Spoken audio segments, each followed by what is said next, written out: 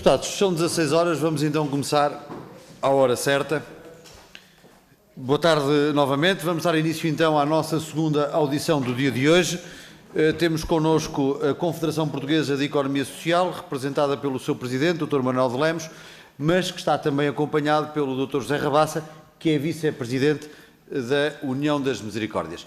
Eu, antes de mais, queria cumprimentar e dar as boas-vindas ao Dr. Manuel de Lemos, conheço há muitos anos, fruto também do meu percurso no Instituto da Segurança Social e na CCDR do Centro, e, portanto, é um gosto revê-lo agora aqui nestas funções. É sempre um gosto ouvi-lo e partilhar consigo a experiência que tem deste importante setor.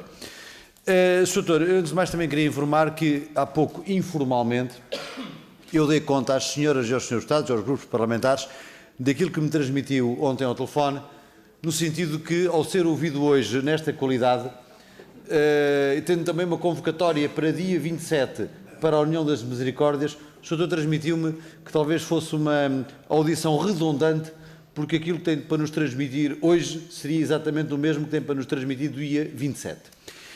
Naturalmente que todos nós somos sensíveis a isso. O grupo parlamentar requerente é o grupo parlamentar do Partido Socialista, que também está sensibilizado para a questão.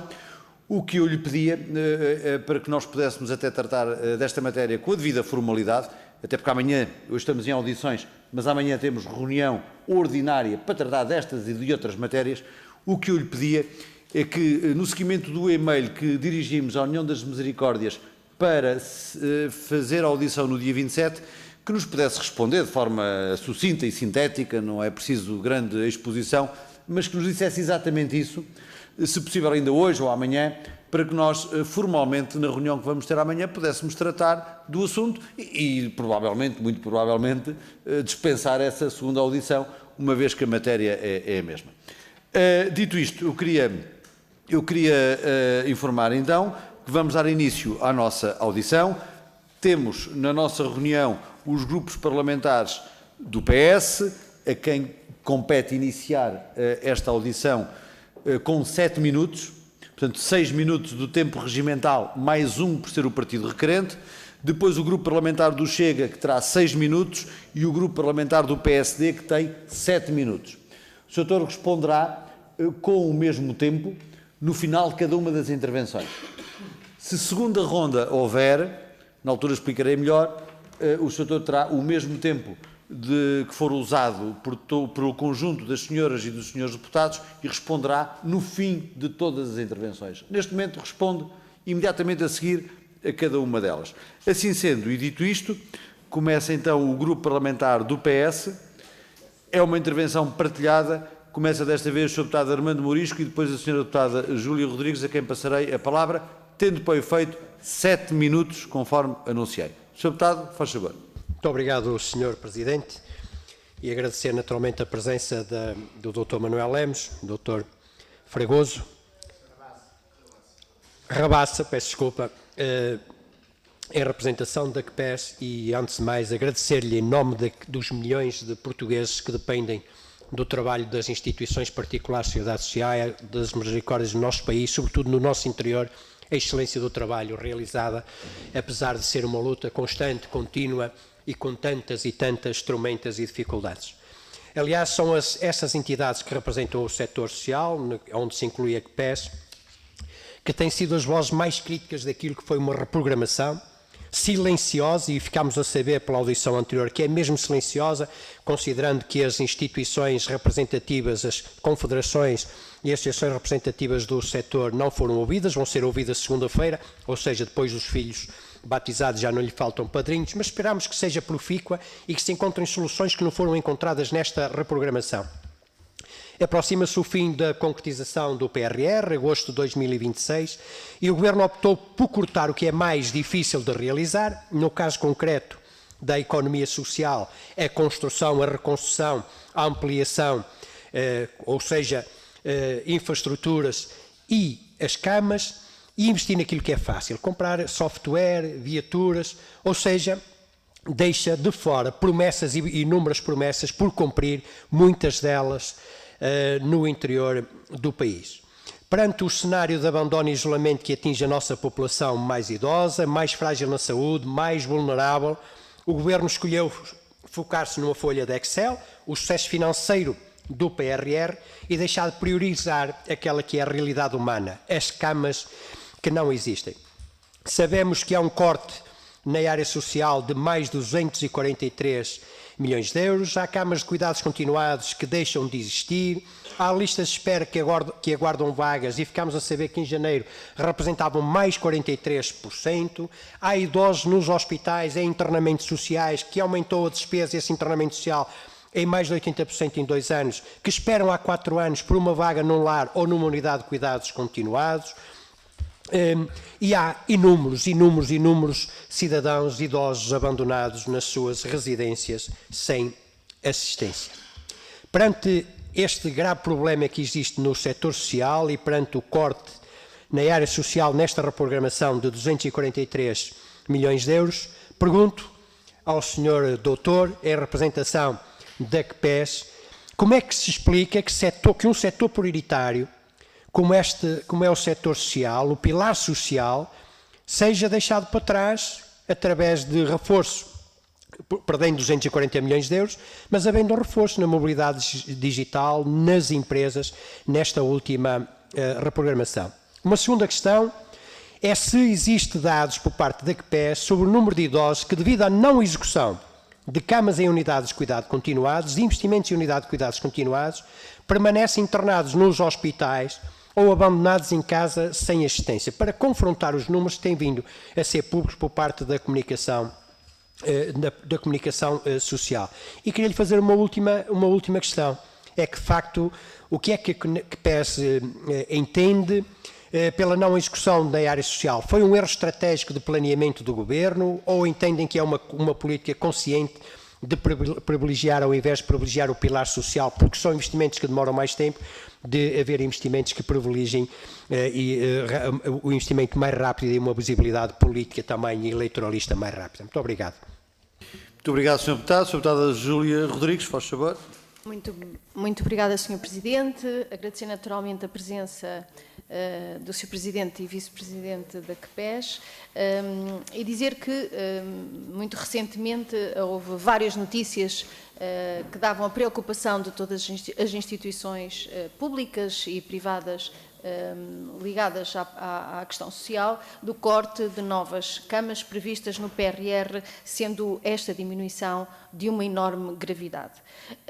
Nós, em relação à reprogramação do PRR, vemos a redução e a eliminação da aquisição de equipamentos digitais para promover a autonomia e independência dos idosos e implementar novas gerações de apoios domiciliários. Vimos também a redução das viaturas, vimos também a redução de mais de 14 mil lugares em equipamentos sociais. Estamos a falar em creches, respostas para envelhecimento e respostas às pessoas com deficiência, a redução de 500 habitações remodeladas para pessoas com deficiência, a redução de 125 mil metros quadrados de espaços públicos intervencionados com o objetivo de promover as acessibilidades, a redução de muitos veículos elétricos para promover a mobilidade e a acessibilidade de pessoas com deficiência e também a redução por uma prevenção inicial de 1.500 intervenções para 750 intervenções em espaços públicos, para obras, para promover a acessibilidade. E, portanto, dentro deste caos de números, e estamos a falar de números de respostas às pessoas, temos aqui alguns argumentos que gostava que pudessem referir-se a eles. Houve, de facto, a incapacidade de manter o ritmo do investimento social, houve uma simplificação em 2023 de licenciamentos de equipamentos sociais, mas não foram previstos implementar na simplificação no terreno. O aumento das creches é fundamental e ficou completamente parado. Este novo Governo apenas abriu um novo aviso para equipamentos sociais em junho de 2025, ou seja, esteve mais de um ano parado. É fundamental aumentar a resposta às pessoas mais velhas, às pessoas que não têm outra solução senão recorrer às instituições e não conter de forma alguma este investimento. As reprogramações acabam imprevisivelmente com o Programa de Inovação de Apoio Domiciliário com base em novas tecnologias de acompanhamento e monitorização à distância, fundamental para territórios onde a dispersão territorial é imensa, como é no nosso interior do país. E queria perguntar, por último, se foram disponibilizados documentos oficiais às instituições que, de alguma forma, explicassem quais os critérios e quais as prioridades que motivaram o corte ou a reprogramação destes fundos, nomeadamente os eixos sociais versus outros eixos de investimento, e também se houve diferenças entre aquilo que foi inicialmente aprovado e as verbas agora disponíveis para equipamentos sociais e se há garantias que os projetos em curso não perderão financiamento ou serão reprogramadas de forma a não prejudicar a sua conclusão. Muito obrigada. Muito obrigado, Sra. Deputada. Dr. Manuel Lemos tem os mesmos 7 minutos para responder às questões colocadas, faz favor. Muito boa tarde, Srs. Deputados, Sr. Presidente. É sempre um prazer vir aqui à Assembleia conversar sobre assuntos que dizem respeito às pessoas. E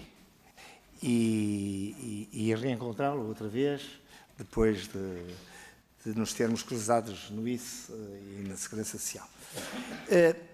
Eu vou tentar ser abrangente na resposta para cumprir os 7 minutos, dizer o seguinte. É óbvio que nós não podemos falar de reprogramação sem falarmos na programação, não é? E eu recordo que o primeiro documento sobre o PRR, que foi uma medida importante lançada pela União Europeia na sequência do Covid, e que nós costumamos dizer assim quando dizer isto a cavalo dado não se olha ao dente, mas eram poucos dedos e muitos cavalos, e por isso isto vai... Eu lembro-me que o primeiro documento do professor António Costa Silva, que foi apresentada, só falava na rede de cuidados continuados para a área social, não tinha rigorosamente mais nenhuma intervenção. E recordo-me até numa apresentação que o então Primeiro-Ministro, o Dr. António Costa, por quem nutro especial simpatia e consideração pessoal, se dissemos há muitos anos, numa apresentação que ele fez na Gulbenkian, eu tive a ocasião de intervir pedindo-lhe que também colocassem no PRR a reabilitação de lares, porque temos muitos lares no país que vêm dos anos 80 do século XX, e que, parece que não, já passaram 50 anos sobre os lares. Ou quase. Que vem desse tipo.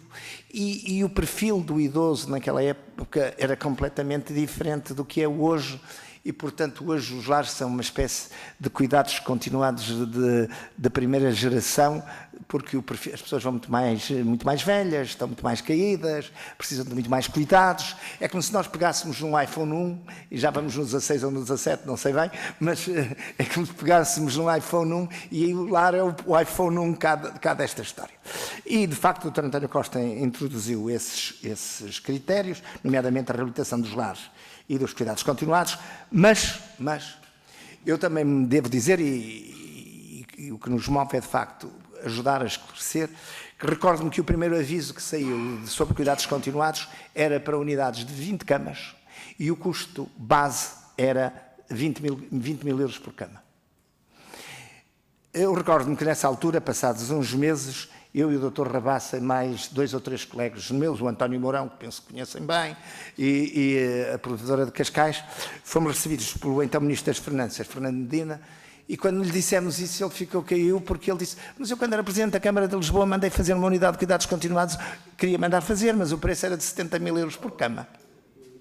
Portanto, isto condicionou muito, ele está por aí, é fácil que ele confirme isso, isto condicionou muitas candidaturas, porque o preço era muito baixo e se uma cama custava 70 mil euros, com 20 mil arrancou mal.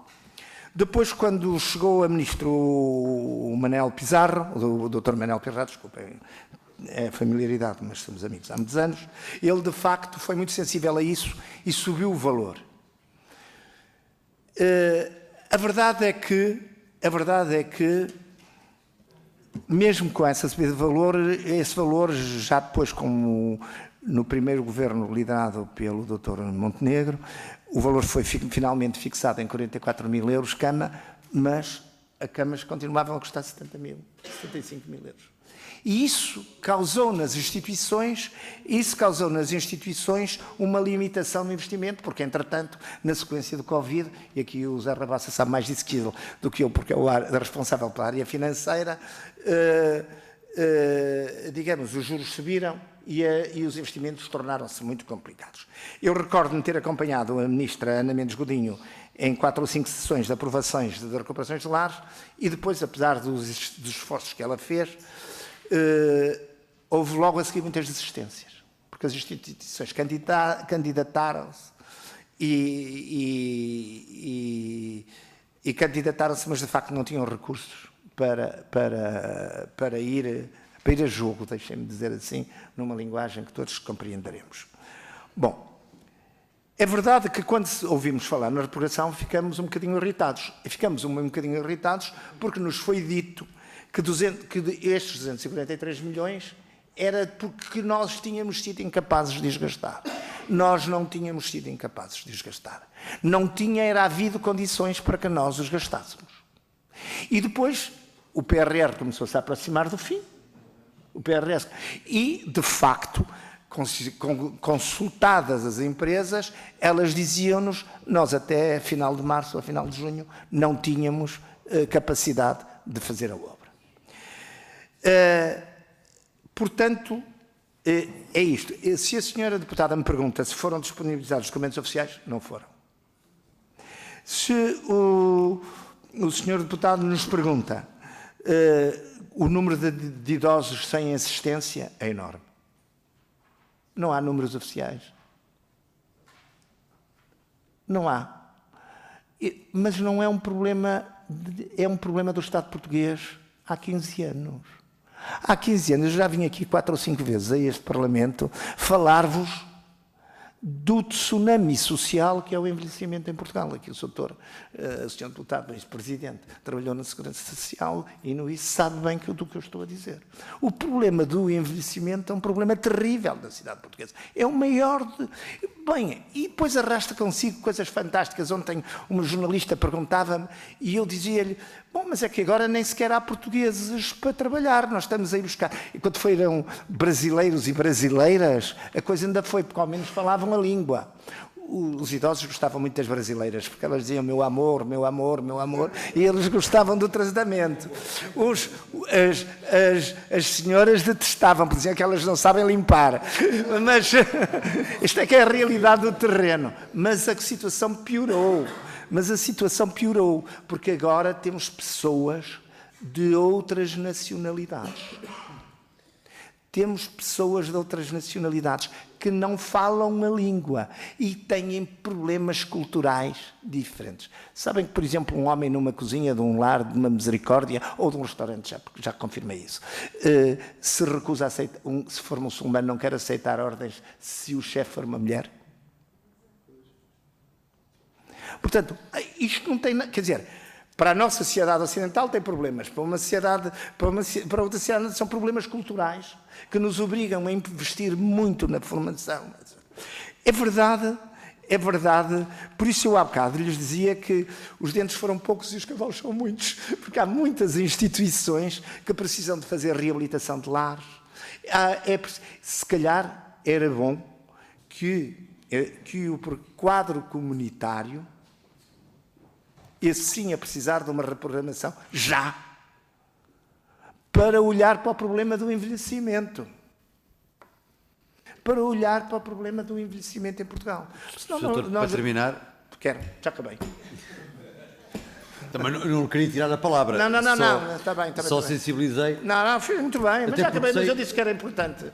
Até porque sei que o Sr. Doutor tem mais coisas importantes para nos dizer, mas também está limitado no seu tempo. Exatamente. E, portanto, só não quis tirar a palavra, só alertar. Não, mas fez muito bem. Fez muito bem que eu estou muito limitado no meu tempo.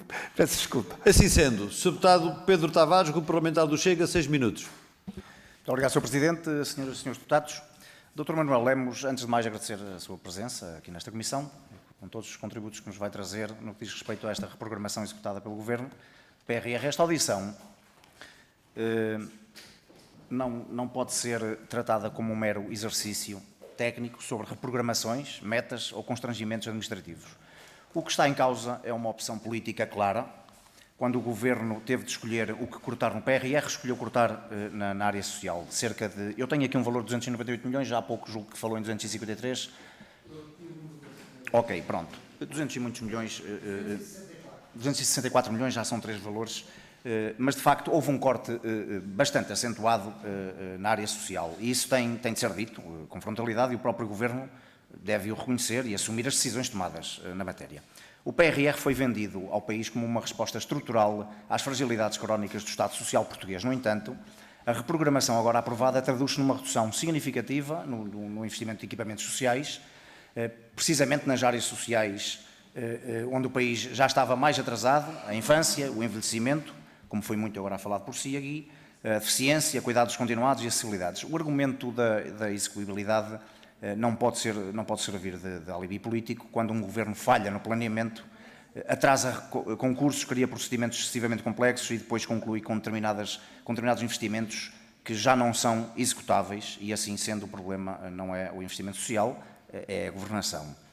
O que esta reprogramação revela é que, perante dificuldades, o Governo protegeu áreas politicamente mais visíveis e sacrificou aquelas que dão menos manchetes, mas que sustentam a coesão social do país. A CPES tem razão quando afirma que esta reprogramação fragiliza a missão social do PRR e representa uma oportunidade perdida, e mais grave ainda é o facto de o setor da economia social, que representa milhares de instituições, centenas de milhares de trabalhadores e milhões de beneficiários, não ter sido seriamente ouvido neste processo.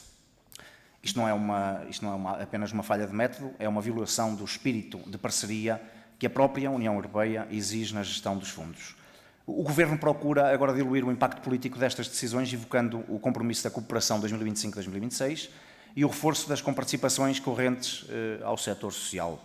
Mas, sejamos claros, as comparticipações não substituem investimento, e as atualizações para pagar salários e custos de funcionamento não constroem lares, nem abrem creches, não criam novas respostas sociais, nem resolvem listas de espera. O que está a acontecer é simples: o Governo retirou o investimento estrutural do PRR e empurrou o setor social para uma lógica de sobrevivência financeira, em vez de o capacitar para responder aos desafios demográficos e sociais do país. Por isso, coloco ao Dr. Manuel Lemos questões que são eminentemente políticas, ainda que com consequências técnicas muito concretas. Pode a CPES confirmar se esta reprogramação já está a traduzir-se na perda efetiva de projetos, na redução de vagas ou no cancelamento de investimentos em equipamentos sociais, e se sim, quais as áreas mais prejudicadas e com que dimensão? Uma segunda questão: considera também a CPES que o recurso ao Portugal 2030 está a ser usado como uma solução séria ou como um argumento de adiamento, transferindo responsabilidades para um quadro financeiro diferente, com novas regras, novos riscos e novos atrasos? E uma última questão que gostaria de colocar: entende a CPES que o Governo está disposto a assumir politicamente que falhou na execução do componente social do PRR, ou está apenas a tentar encerrar o ciclo com números aceitáveis, mesmo que isso deixe o setor social estruturalmente mais frágil em 2027, comparadamente com 2021? O PRR não é um exercício contabilístico, nem um relatório para Bruxelas, é ou devia ser um instrumento de apoio financeiro ao serviço das pessoas. Além do necessário cumprimento de prazos do PRR, a sua execução não pode ser avaliada apenas por taxas de cumprimento financeiro ou por metas administrativas. Deve ser avaliada pelo seu impacto real na vida das pessoas, sobretudo das mais vulneráveis, quando falamos de investimento social. Se no final tivermos menos investimento social, menos equipamentos e menos capacidade de resposta, então o PRR terá falhado no seu essencial. E essa responsabilidade não é técnica, é política e é bipartida, desde o Governo que iniciou o PRR até ao atual Governo. Muito obrigado. Muito obrigado, Sr. Deputado. Dr. Manuel Lemos tem os mesmos 6 minutos para responder às questões colocadas. Muito obrigado. Muito obrigado, Sr. Deputado. Vamos lá ver, as condições políticas são as condições políticas, isso não me cabe a mim responder, como compreende, não me tenho que colocar felizmente nesse papel. Vamos lá ver, a reprogramação efetiva, nós já tínhamos percebido desde setembro do ano passado que não havia tempo para fazer não estavam os avisos, não havia capacidade financeira àqueles valores para fazer as obras. E não havia nem capacidade financeira, nem tempo. Uma obra não se faz assim. E, portanto, é preciso fazer o projeto, é preciso assegurar a renda. Não se faz assim. Portanto, nós já... O que é que nós talvez pudéssemos aprofundar mais? É verdade que foram lançados alguns avisos nessa área e poderíamos ter ido mais longe e ter continuado nisso na reabilitação de alguns equipamentos e nomeadamente para, sei lá, de coisas que são fundamentais para as instituições funcionarem. Estou a falar em cozinhas, estou a falar, digamos, que se traduzem efetivamente numa melhoria. Não havia tempo. E não havia a decisão do tempo, nós chamamos a atenção para o tempo quando havia tempo. Portanto, quando não havia tempo. Não, portanto, o Portugal 2030, senhor deputado, eu fico todo contente se houver uma reprogramação, não sabia que ia falar nisso, mas se houver uma reprogramação de 2030 que permita às instituições, olha, construir lá mais lares para colocar. Hoje saiu uma portaria, como sabe, que cria as unidades intermédias, etc. E as unidades de transição. É preciso tirar as pessoas dos hospitais. É preciso. E para onde é que elas vão? É preciso tirar as pessoas dos hospitais. É preciso depois que os júris, desses avisos, saibam o que estão a fazer, para não nos acontecer o que aconteceu. Por exemplo, nós temos processos sempre no tribunal, não sei se sabem, porque, vou-vos dar só um exemplo, nós temos uma misericórdia em que o provedor, que é uma pessoa que o país inteiro conhece, teve uma conversa ainda com o Dr. Fernando Araújo. O Dr. Fernando Araújo interveio para que houvesse apesar de ser digamos, o financiamento ser muito baixo, mas a Misericórdia tem alguma capacidade financeira e assim endividar para fazer aquilo, e depois aquilo apareceu entregue no local pelo júri, e aí o governo não tem culpa nenhuma, ou quer dizer, só tem culpa de quem nomeou o júri, não é? Mas apareceu num júri que vinha... que entregou aquilo a uma empresa que nem sequer cá tem para fazer cuidados continuados. Portanto, digamos, claro que a Misericórdia fez, meteu uma previdência cautelar. Passaram-se 3 anos em cima da previdência cautelar. A Misericórdia de Braga meteu uma previdência cautelar. Julgo que a Misericórdia de Barcelos também meteu uma previdência cautelar. Portanto, digamos, houve um conjunto depois de decisões administrativas em cima das coisas que atrasaram tudo isto. Portanto, para nós, digamos, vão-se os anéis, fiquem os dedos. Apesar de tudo, nós achávamos que era importante gastar estes 243 ou 264 ou parte disso em coisas que o setor precisa. Por exemplo, aqui há uns meses tivemos aquele pico de eletricidade. A grande maioria das instituições não tem, como é que se chama aquilo, desculpa lá, geradores. Se tivesse aberto um aviso para geradores, não sei se tínhamos gasto 5, 10 milhões de euros, mas tínhamos equipado de geradores. E são fundamentais. A ação são. Porque se não são, então também não vale a pena os hospitais terem, não vale a pena terem. Portanto, digamos, esta conversa tem que ser levada de uma forma aberta com toda a gente.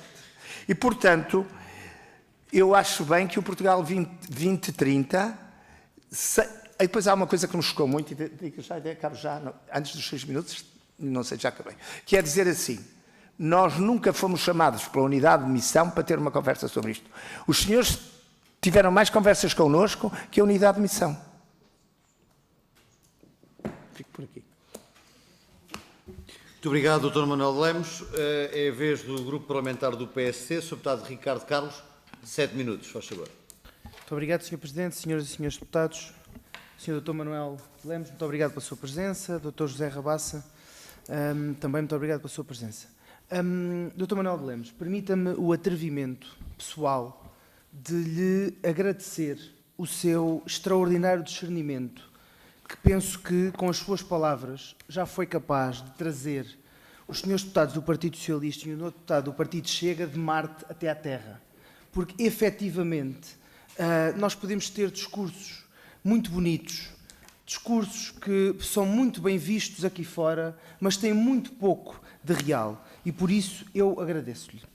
Cumprimento a Confederação Portuguesa de Economia Social e reconhecemos desde já o papel absolutamente central da economia social na coesão do nosso país, na criação de respostas onde o mercado não chega e na concretização de políticas públicas com impacto real no território. Esta centralidade da economia social e tudo isto que estamos hoje aqui a discutir, a nosso ver, implica também aqui um bocadinho de responsabilidade política no debate que estamos a ter. E é isso que o PSD traz precisamente a esta audição. Em primeiro lugar, não existiu uma reprogramação do PRR, o que existiu foi uma revisão para a simplificação. A revisão é um processo muito mais curto e que tornou possível que ela existisse. Provavelmente, se fosse uma reprogramação, já não iríamos a tempo de a fazer em tempo útil. E esta revisão tem um constrangimento muito grande, que é: não é possível adicionar novas metas e marcos. Ou seja, aquilo que o Governo fez em outubro, novembro deste ano, foi perceber quais eram as metas e marcos que não iam ser alcançados e efetuar transferências de verba para garantir que o dinheiro não era gasto. E isto tem que ser dito de uma forma muito clara, até porque este Governo já o tem demonstrado, e ainda hoje, que saiu a portaria número 20 de 2026/1, que procede à revisão do regime de articulação interinstitucional para efeitos de avaliação, encaminhamento, gestão de vagas e acolhimento de pessoas que, por motivos sociais, permanecem internadas após alta clínica em Hospital de Serviço Nacional de Saúde, incluindo o enquadramento das unidades e camas intermédias. Ou seja, este Governo não está a ignorar o problema, este Governo está a trabalhar para resolver o problema, mas está a fazê-lo de forma séria, de forma justa. E é importante que este Parlamento consiga perceber, e se não for capaz de perceber pelas palavras que eu agora estou a ter aqui, tenho a certeza que percebeu pelas palavras do Dr. Manuel de Lemos. Vamos àquilo que efetivamente nos interessa, porque a economia social é uma preocupação para nós, e nesse sentido interessa-nos ouvir Vossa Excelência sobre o impacto real, não apenas o percepcionado, mas o impacto real desta revisão para a simplificação.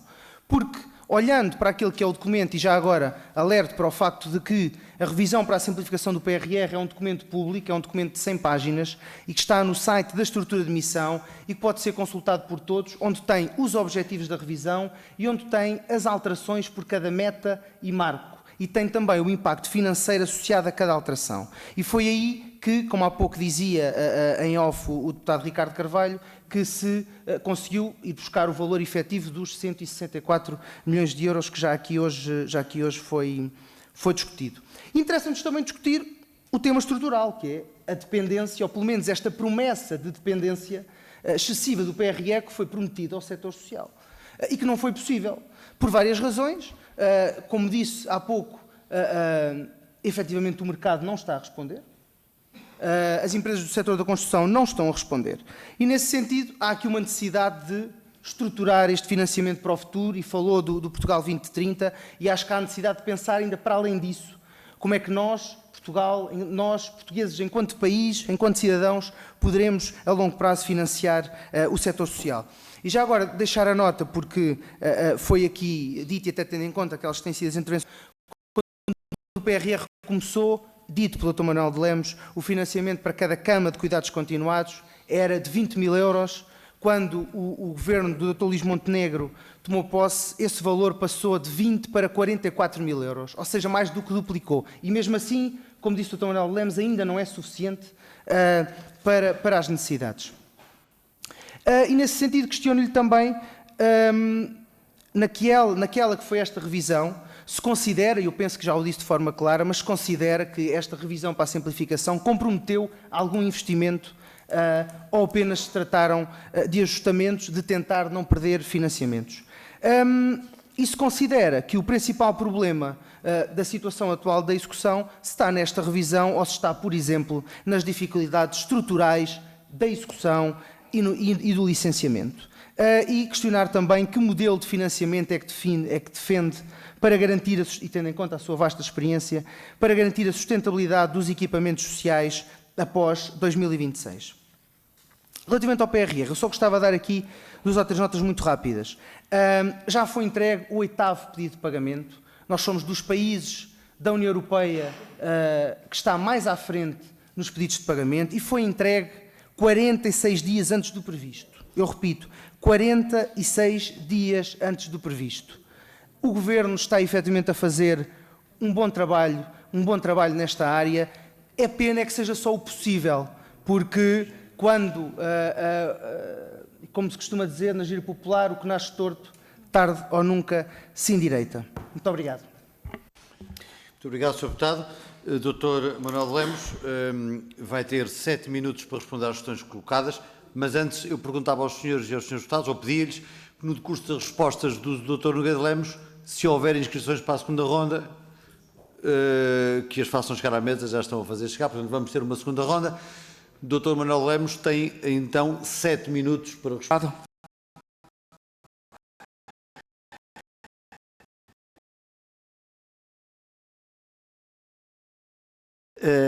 Eu queria começar por fazer uma pequena precisão.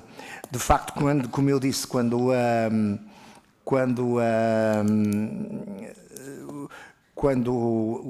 no primeiro aviso o financiamento era menor, mas também disse que o Dr. Manuel Pizarro tinha feito uma atualização, portanto não passou de 20 para 44 mil, passou de 20 para 32 mil, depois para 44.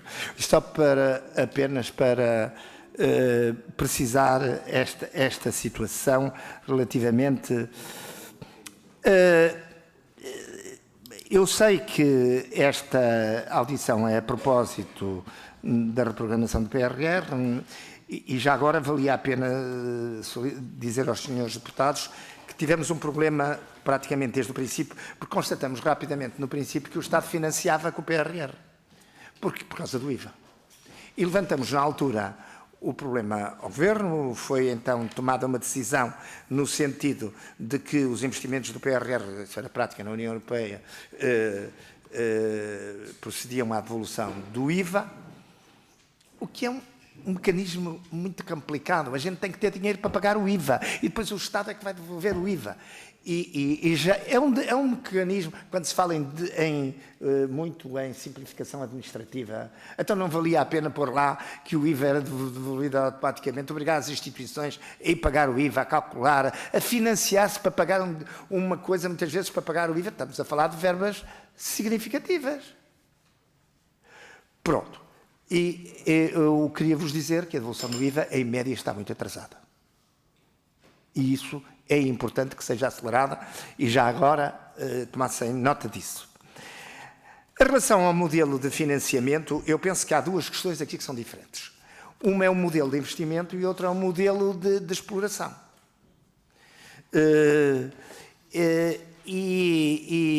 Portanto, quer um, quer outro, têm que ser pensados numa estrutura, eu diria que talvez o melhor fosse um bocadinho pensar, tendo por base um modelo que funciona razoavelmente bem, que é o financiamento das autarquias. E onde já temos todos experiência. Portanto, penso que seria um bocadinho à volta disso que valia a pena repensar o modelo de financiamento das instituições, quer para o investimento, quer para a exploração. E na exploração, meus queridos amigos, o Estado tem que cumprir aquelas obrigações que assumiu e que nenhum governo cumpriu até este. Ninguém tem as mãos limpas nesta matéria.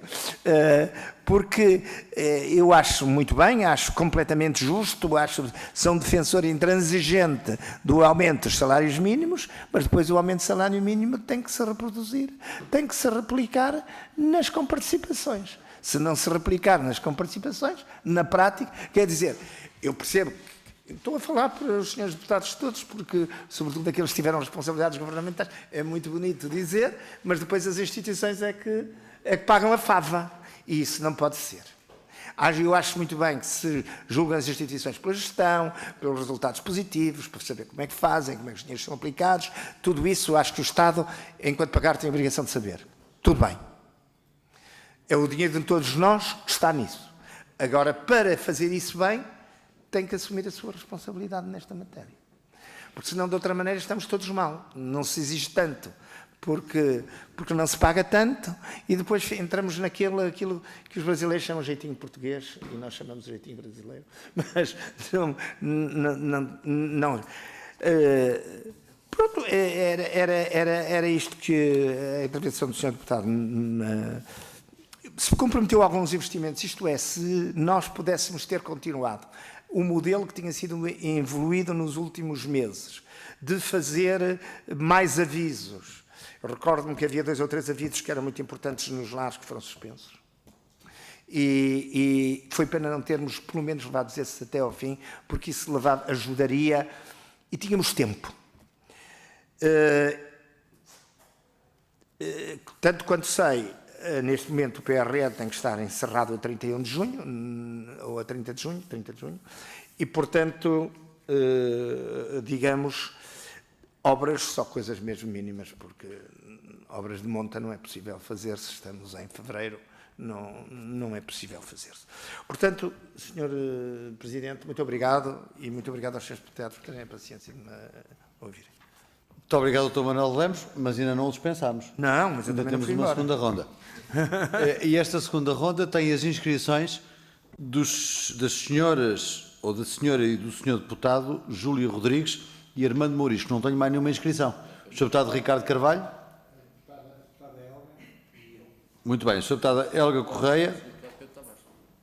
Muito bem. O senhor deputada Helga Correia, do Grupo Parlamentar do PSD, e o Sr. Deputado Ricardo Carvalho, do Grupo Parlamentar também do PSD, e do Grupo Parlamentar do Chega, o Sr. Deputado Pedro Tavares. É assim, não é? Muito bem.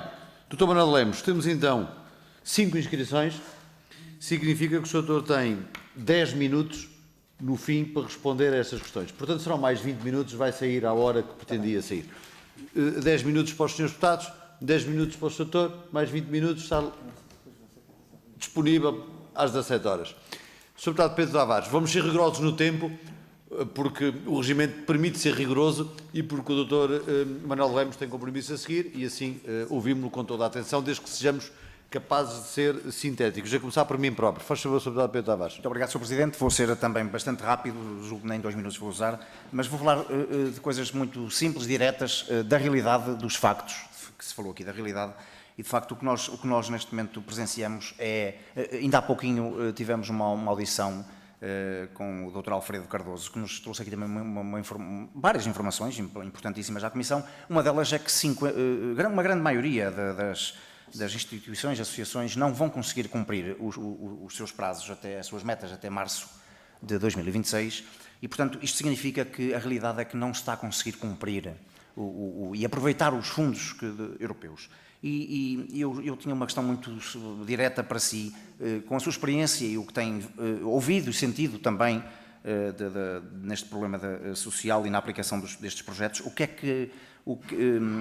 é que acha que está a falhar, o que é que falhou, porque nós no fundo aqui teremos que perceber o que é que está a falhar, identificar as causas, até mais importante do que estar aqui com questões políticas e guerras políticas, perceber o que é que falhou, que causas é que levaram a que não se consiga concretizar os projetos, porque de facto temos muito dinheiro para aplicar para bem do país e não se está a conseguir aplicar. Porquê? Se tem alguma sensibilidade a esse nível que nos possa aqui trazer. Obrigado. Muito obrigado, Sr. Deputado Pedro Tavares. Sra. Deputada, o Sr. Doutor responde no fim agora. 10 minutos, no final todas as questões colocadas. Sra. Deputada Helga Correia, Grupo Parlamentar do PSD, 2 minutos, faz favor. Muito obrigada, Sr. Presidente. Cumprimentar o Sr. Dr. Manuel Lemos, Dr. José Rabassa, desde já agradecer os esclarecimentos dados esta tarde nesta audição, em nome da Confederação Portuguesa da Economia Social. E já muito se falou esta tarde nesta audição e na audição da CNIS, mas eu acho que é importante e uma vez que falamos daquilo que é a cooperação do Estado com o setor social, dizer, e o Dr. Manuel Lemos acompanhou tudo aquilo que tem sido o trabalho deste Governo, nomeadamente através das misericórdias, e é importante aqui assinalar que este foi o Governo que, quando chegou, chamou as entidades, criou um grupo de trabalho e estudou aquilo que nunca foi feito, que foi saber qual é o custo real das respostas que este setor tem no terreno quando se substitui ao Estado. Foi este o Governo que, ao nível das atualizações extraordinárias, fez uma atualização extraordinária de 3,5%, em 4 respostas sociais, aquelas que eram mais deficitárias, e que estes 3,5% foram consolidados naquilo que foram os acordos de cooperação. Foi este o Governo que aumentou a consignação ao nível do IRS de 0,5% para 1%. Foi este Governo que, ao nível das respostas da Rede Nacional de Cuidados Continuados, também criou um grupo de trabalho que avaliou e que também fez um aumento naquela que era a resposta mais deficitária. E é importante clarificar que este Governo está com o setor social, porque ao longo desta tarde ouvi aqui alguns partidos, e nomeadamente o Partido Socialista, que durante anos e anos esteve no Governo, dizer que nos últimos 4 anos não se fez nada. Tem piada, nos últimos 4, 2 foram do Partido Socialista. E o Partido Socialista, enquanto esteve no Governo, e o Sr. Dr. Manuel Lemos deve-se recordar disso, não olhou para o setor com esta responsabilidade. Não fez as atualizações, muitas das vezes nós discutíamos aqui no Parlamento, Sr. Deputado, quando é que havia estabilidade para este setor. Sr. Deputada, para terminar. E para concluir, Sr. Presidente, muitas das vezes este setor esteve asfixiado porque não sabia quando é que iria receber o acordo de cooperação com o setor social, e este Governo, senhoras e senhores deputados, conseguiu fazer isto com este setor, e mais uma vez agradecer os contributos da Confederação. Muito obrigada. Muito obrigado, Sr. Deputada. Sr. Deputada Júlia Rodrigues, Grupo Parlamentar do PS, 2 minutos. Muito obrigada, Sr. Presidente. Dizer que realmente o Grupo Parlamentar do Partido Social Democrata parece que vê sempre o copo cheio quando o Governo é do PST, vê sempre o copo vazio quando o Governo é do PS. E, portanto, dizer que, efetivamente, quem colocou no PRR como principal objetivo o financiamento do setor social foi um Governo do Partido Socialista. E, portanto, a partir daí, muitas coisas, e por isso é que a CPES está aqui nesta audição, para saber o que é que mudou. Nós tivemos uma crise inflacionista e mudaram as questões que estão colocadas em cima da mesa. O que criticamos hoje é que, de facto, a unidade de missão nunca ouviu, como os senhores deputados estão hoje a ouvir, as instituições que representam o setor, que sabem as dificuldades. Sabe porquê, Sra. Deputada, Sr. Presidente e a entidade convidada? Porque nós apoiamos o envelhecimento digno. Desde sempre que apoiamos o envelhecimento digno. Nós queremos combater as desigualdades regionais e nós queremos uma verdadeira rede solidária nacional. E por isso é que estamos aqui hoje a discutir o PRR e a reprogramação do PRR, porque foi programado o PRR no setor social e foi uma oportunidade única que tem sido desvalorizada perante deste Governo, porque efetivamente há questões, como muito bem disse o Sr. Presidente, relativamente, por exemplo, a equipamentos, a geradores, que fazem falta em todo o país, e que as instituições sabem que fazem falta, porque fazem falta às pessoas, aos mais idosos e aos cuidadores, essencialmente. E por isso, aquilo que eu peço é essa responsabilidade de todos, para que assumamos que nem tudo o que fazemos está certo, mas nem tudo o que foi feito está errado, porque senão não estaríamos aqui, Sra. Deputada, a discutir o setor social e a importância do setor social no PRR. E por isso agradecer naturalmente os esclarecimentos que nos foram dados. Obrigada. Muito obrigado, Sra. Deputada. Sr. Deputado Ricardo Carvalho, Grupo Parlamentar do PSD, 2 minutos. Muito obrigado, Sr. Presidente. Agradecer a presença do Dr. Manuel Lemos. Não lhe vou colocar aqui uma pergunta, vou só fazer 1 ou 2 considerações finais em nome do Grupo Parlamentar do PSD e dar nota, se queremos ser responsáveis, então não deveríamos estar a fazer política com o setor social, que é aquilo que o Partido Socialista hoje quis aqui fazer e o Partido Chega aproveitou. Isto porquê?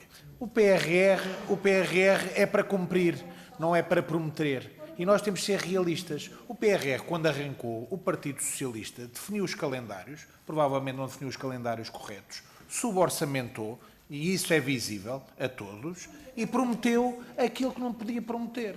E o PRR não é para prometer, é para cumprir. E é para cumprir porquê? Porque é um compromisso da República Portuguesa com a Comissão Europeia. E o que o Governo fez, e bem, reprogramou numa primeira fase, reajustou numa segunda fase. E porquê é que reajustou? Porque, por diversos fatores, podemos aqui analisar um a um, e sabem perfeitamente quais é que são, e não terá com certeza a ver com a falta de capacidade do terceiro setor e das IPSS, apesar de provavelmente um dos caminhos que temos que fazer é uma maior capacitação destas instituições para, no momento da submissão das candidaturas e acompanhamento das candidaturas, terem outro tipo de conhecimentos que permita agilizar a execução dessas mesmas candidaturas. O que aconteceu efetivamente é que, estando na iminência de perder essas verbas, o Governo optou, e bem, por reajustar e retirar esse valor. Agora, o que importa é ver como é que poderemos compensar esse valor. Sendo que há um compromisso político por via do Orçamento de Estado, teremos que olhar efetivamente também para o PT 2030 e eventuais reprogramações do PT 2030 que prometam e fazer o acompanhamento que o Governo tem sido feito, como já disse a minha colega Helga Correia, de outras formas. Dito isto, agradecer muito a sua presença. Penso que há um ou dois pontos, efetivamente, que nos permitirão fazer as diligências necessárias, e um deles, e reiterar aqui, a questão da estrutura de missão, não ter ouvido o terceiro setor, parece-nos relevante, e faremos as diligências necessárias para que isso seja, de alguma forma, revertido. Muito obrigado, Sr. Deputado. Para terminar esta segunda ronda, o Sr. Deputado Armando Mourisco, parlamentar do PS. Muito obrigado, 2 minutos. Sr. Presidente. Factos. Cada vez se envelhece, se vive mais tempo, o índice de envelhecimento é uma realidade e no futuro assim continuará. O PT 2030 não traz um único cêntimo para investimento em novas ERPs, nem para ampliação, nem para construção nova. 0 euros. As instituições não têm capacidade financeira para fazer esses investimentos. Tivemos uma oportunidade no PRR para contribuir para solucionar. Não o fizemos. O dinheiro vai ser gasto. O problema social vai ficar. O Estado falha com os seus cidadãos. O Estado falha com os seus cidadãos, senhoras e senhores deputados. É o respeito pelos mais velhos, é o respeito pelos mais frágeis, é o respeito pelos mais vulneráveis, é o respeito pelos mais isolados que está em causa. É o respeito pelo ser humano e pela dignidade humana. Angústias. Senhor Presidente Manuel Lemos, angústias. Como é que no futuro, como é que a partir da manhã nós vamos dar dignidade a esses seres humanos? Como é que vamos minorar o sofrimento? Como é que vamos aumentar a qualidade de vida dos nossos idosos? Angústia. Como é que vamos fazer para combater o isolamento e a solidão? Angústia. Como é que vamos dar dignidade àqueles que tanto trabalharam, tanto deram para a sua pátria e agora sentem-se abandonados por aqueles que mais deviam fazer por eles. Essas são as angústias, Sr. Presidente Manuel Lemos, e mais uma vez reitero que me vergo, o Partido Socialista Vergas, perante o trabalho que as instituições particulares, a sociedade social e que as misericórdias fazem em prol do nosso povo, onde o Estado falha, lá está o sacrifício de tantos e tantos que trabalham com amor, com causa e dedicação a essa mesma causa. Disse. Muito obrigado, Sr. Deputado. Senhores Deputados, vamos ouvir o Dr. Manuel Lemos. Muito obrigado, Sr. Deputados, a todos. Dr. Manuel Lemos, só um bocadinho, para poder criar condições para ouvirmos com toda a atenção. Senhores Deputados, vamos ouvir então o Sr. Dr. Manuel Lemos. O Sr. Doutor tem 10 minutos para responder às questões colocadas. Senhores Deputados, começando pelo Sr. Deputado Chega, as razões foram muitas para que não se pudessem cumprir os prazos. Desde logo, estas coisas demoram tempo. Demoram mesmo tempo, falta de mão de... Houve falta, quer dizer, primeiro houve muitas empresas que foram à falência com a Covid. E depois quando reabriram algumas delas, não tinham mão de obra. Depois os preços subiram exponencialmente. Portanto, houve aqui um conjunto, as instituições tinham muita vontade e tinham muita necessidade, e têm muita necessidade. Nós precisamos muito de qualificar os lares dos anos 80 do século XX e dos anos 20. Os nossos idosos hoje são outros. E vou-vos dizer uma coisa, sabem quem são os nossos idosos? Somos nós. Amanhã, o senhor deputado estava ali a dizer amanhã, ele é um jovem, mas eu não. E, portanto, somos nós. Primeiro, portanto, depois eu gostava de dizer o seguinte, à senhora deputada, concordo inteiramente comigo, mas a unidade de missão nunca nos recebeu ao longo do PRR, não foi só agora, foi nunca. Eu tenho que dizer a verdade toda.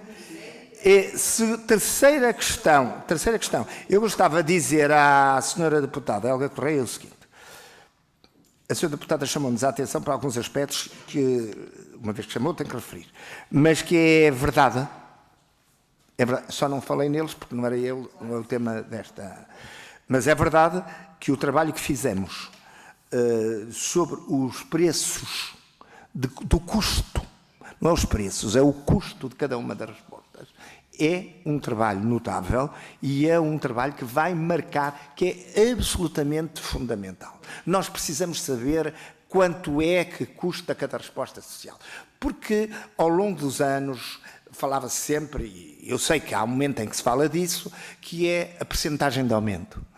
Mas já não se fazia o valor dos custos há tantos anos que a gente já não sabia bem qual era a base do que passava. E este trabalho, de facto, e eu gostava, e se me permitem, não costumo fazer isso, mas é verdade que houve aqui um trabalho muito grande de uma deputada que esteve aqui muitos anos e que hoje é secretária de Estado, que é a Clara Marques Mendes, e eu tenho que dizer isso. Depois, dizer o seguinte, o que nos preocupa, eu vou-vos dizer uma coisa, eu estou muito preocupado com o futuro do setor social, seriamente preocupado com o setor social.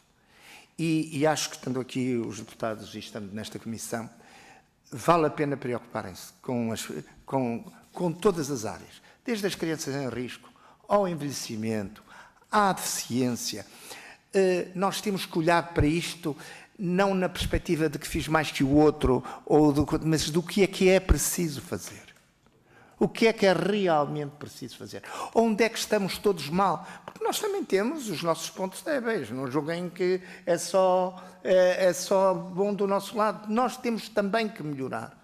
E isso passa muito por uma reflexão séria à volta da questão social. Portugal, até 2046, vai ter um envelhecimento acentuado da nossa população. Mas quando eu dizia que éramos amanhã, os senhores ponham mais 20 anos em cima de todos. As senhoras não, que as senhoras não contam para esta média, mas os homens contam com certeza e temos que olhar para isto. Eu gostava só a terminar de dizer o seguinte, agradecer-vos muito. É preciso olharmos para o futuro.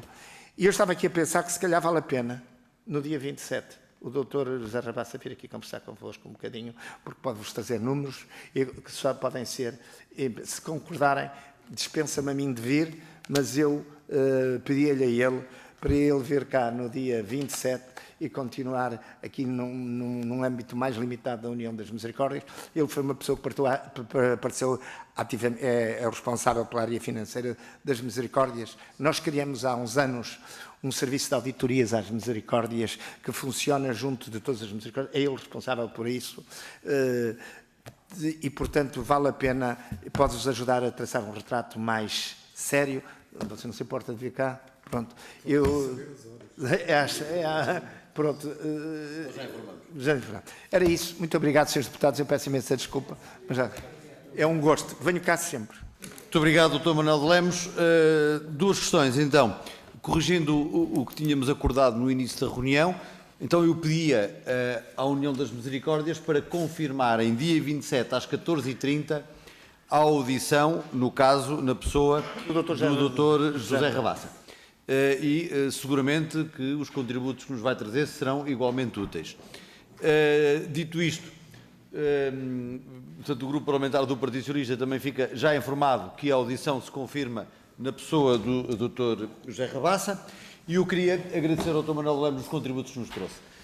São, obviamente, sempre muito importantes, muito pertinentes, são importantes para o nosso trabalho e, tal como fiz há pouco, acho que em nome de todos nós, seguramente, independentemente de algumas divergências que aqui ou acolá possam surgir, não tenho a menor dúvida que há um reconhecimento generalizado pelo trabalho do terceiro setor, que é absolutamente essencial para o país. Eu bem o conheço, o senhor sabe, e, portanto, é obviamente consensual que é absolutamente essencial, é um pilar do Estado, substitui o Estado em áreas absolutamente essenciais e que nós, obviamente, reconhecemos como tal. Pelo que, muito obrigado pelos seus contributos, parabéns pelo trabalho e até sempre. Até sempre. Muito obrigado. Eu é que agradeço. Pensava no mesmo mais da 7, está a ver? Correu tudo bem? Correu tudo bem?